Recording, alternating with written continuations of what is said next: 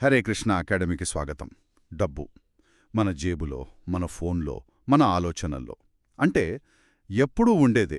కానీ అసలు ఈ డబ్బు అంటే ఏమిటి? కేవలం ఒక కాగితం మొక్క, లేక మన ఫోన్ స్క్రీన్పై కనిపించే ఒక అంకెలా? ఈరోజు మనం ఈ ప్రశ్నకు సమాధానం వెతుకుదాం మన చేతిలో ఉన్న ఆధారాలతో. వేల సంవత్సరాల క్రితం వస్తువులు మార్చుకోవడం దగ్గర మొదలుపెట్టి ఇప్పుడు రాబోతున్న డిజిటల్ రూపాయి వరకు డబ్బు చేసిన ఈ అద్భుతమైన ప్రయాణాన్ని విశ్లేషిద్దాం.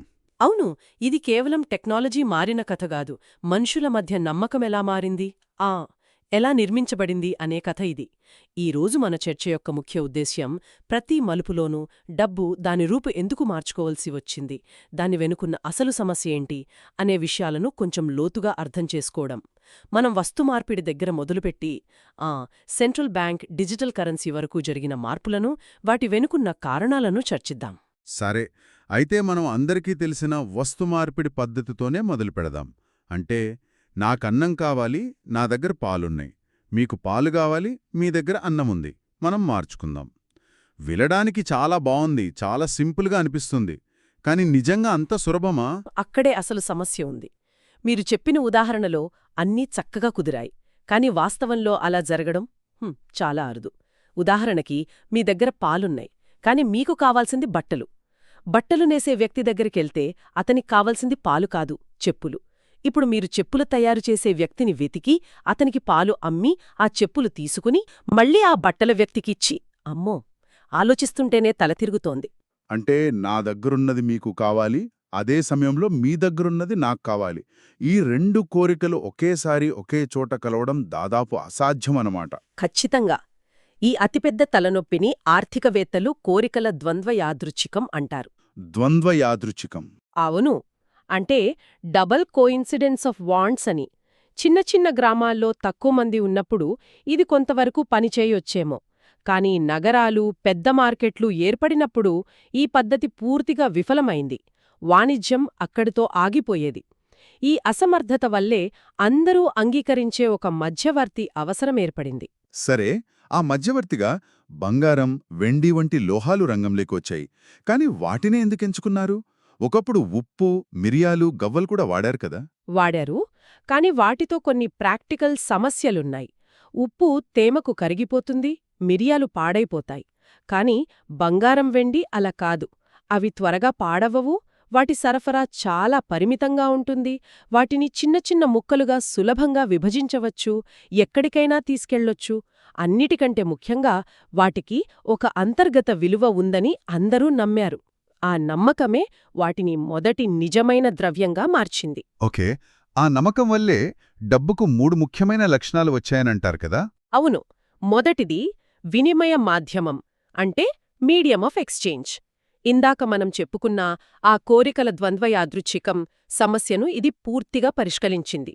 ఇప్పుడు మీరు పాలను బంగారానికమ్మి ఆ బంగారంతో మీకు కావలసిన బట్టలు కొనుక్కోవచ్చు. ఇక తలనొప్పి లేదు. రెండవది విలువ కొలమానం, యూనిట్ ఆఫ్ అకౌంట్.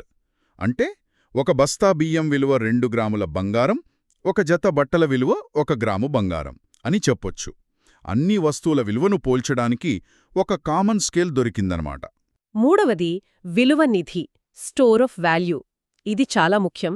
ఉదాహరణకు, మా తాతగారు పండించిన ధాన్యాన్ని ఇంట్లో దాచుకునేవారు. కాని కొన్ని నెలలకే అది పురుగుపట్టి పాడైపోయేది.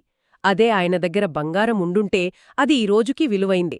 అంటే సంపదను భవిష్యత్తు కోసం దాచుకోవడానికి బంగారం ఒక సాధనంగా మారింది. అయితే ఇక్కడ ఒక చిన్న సమస్య ఉంది. ద్రవ్యోల్బణం గురించా? అవును. ద్రవ్యోల్బణం అంటే ధరలు విపరీతంగా పెరిగినప్పుడు డబ్బు కొనుగోలు శక్తి తగ్గుతుంది. అప్పుడు దాని విలువనిధి లక్షణం కొంచెం దెబ్బతింటుంది. అయితే ఈ బంగారం, వెండి నాణేలతో కూడా కొత్త సమస్యలొచ్చాయి.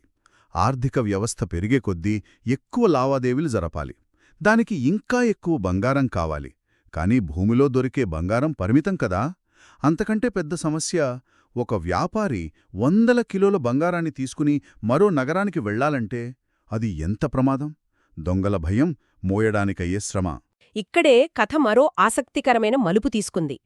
ప్రజలు తమ బంగారాన్ని అందరూ నమ్మే ఒక స్వర్ణకారుడి దగ్గరో లేదా ఓ సంస్థ దగ్గరో భద్రంగా దాచి దానికి బదులుగా ఒక రసీదు తీసుకునేవారు.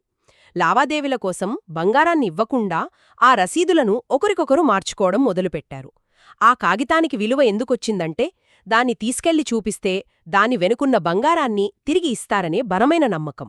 ఓహో, అంటే అదే కాగితపు కరెన్సీకి పునాది అనమాట. మొదట్లో ప్రైవేటు వ్యక్తులిచ్చిన ఈ రసీదుల బాధ్యతను క్రమంగా ప్రభుత్వాలు, సెంట్రల్ బ్యాంకులు తీసుకున్నాయి. బంగారం, కాగితం ఇవన్నీ గతం.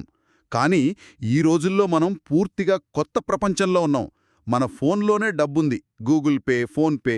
కానీ ఇప్పుడు అసలు సిసలైన మార్పు రాబోతోంది.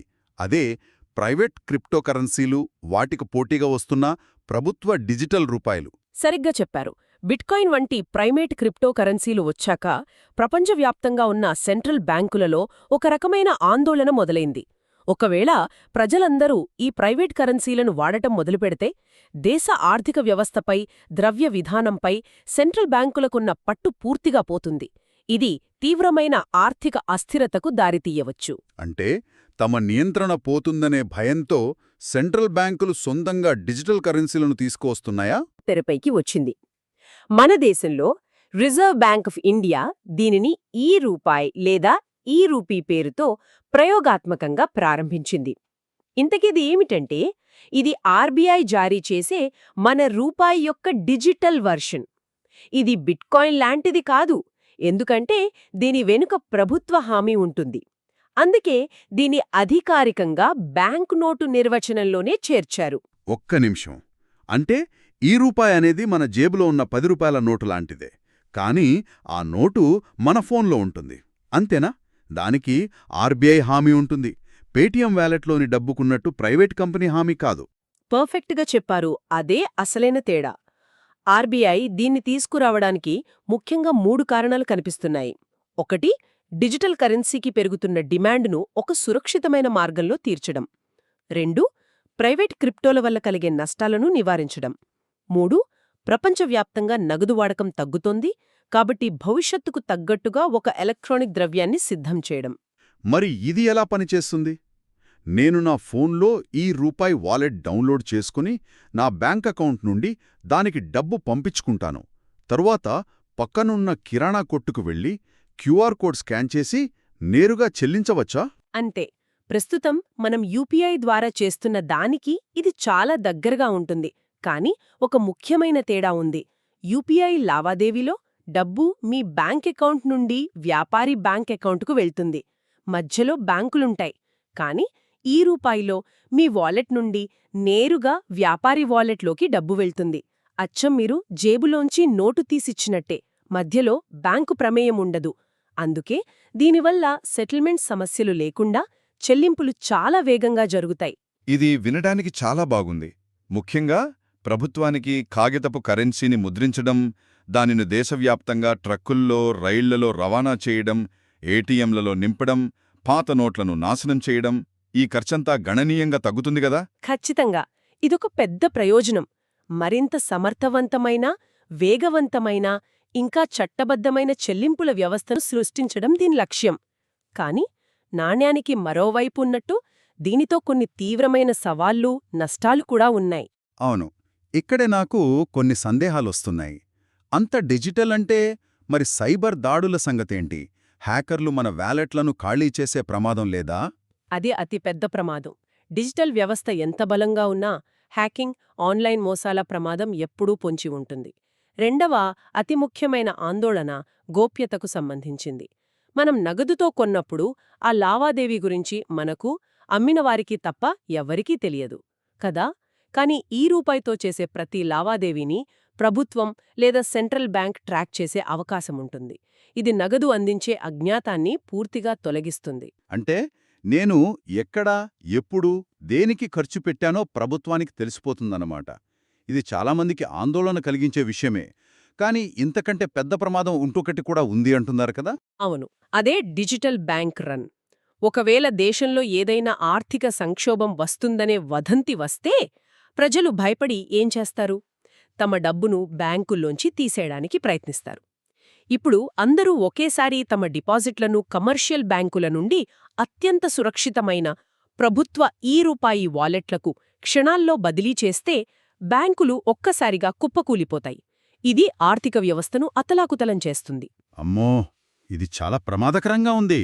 ఇంకో విషయం, మన దేశంలో ఇప్పటికీ స్మార్ట్ ఫోన్లు లేనివాళ్లు, ఇంటర్నెట్ సరిగ్గా లేని గ్రామాలు, డిజిటల్ లావాదేవీలు ఎలా చేయాలో తెలియని వృద్ధులు కోట్లలో ఉన్నారు.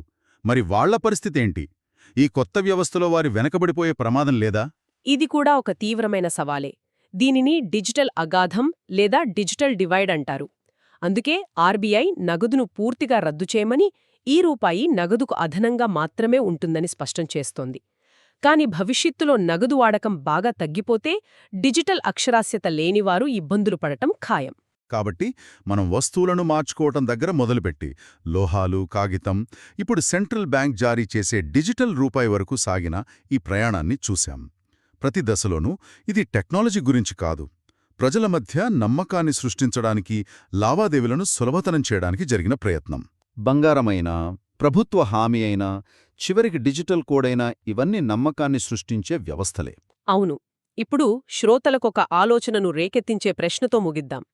మనం ఇప్పుడే గోప్యతా సమస్యల గురించి చర్చించుకున్నాం. భవిష్యత్తులో ద్రవ్యం పూర్తిగా డిజిటల్ మరియు ప్రతి లావాదేవీ ట్రాక్ చేయగలిగేదిగా మారితే ఆర్థిక గోప్యత అనే మాటకు అసలు అర్థం ఉంటుందా? డిజిటల్ కరెన్సీ అందించే సౌలభ్యం, వేగం, సామర్థ్యం కోసం మన ఆర్థిక జీవితంలో పూర్తి పారదర్శకత అనేది మనం తప్పనిసరిగా చెల్లించాల్సిన వెల అవుతుందా? దీని గురించి ఆలోచించండి. విన్నందుకు ధన్యవాదాలు. దయచేసి మా ఛానల్కు సబ్స్క్రైబ్ చేసుకోండి.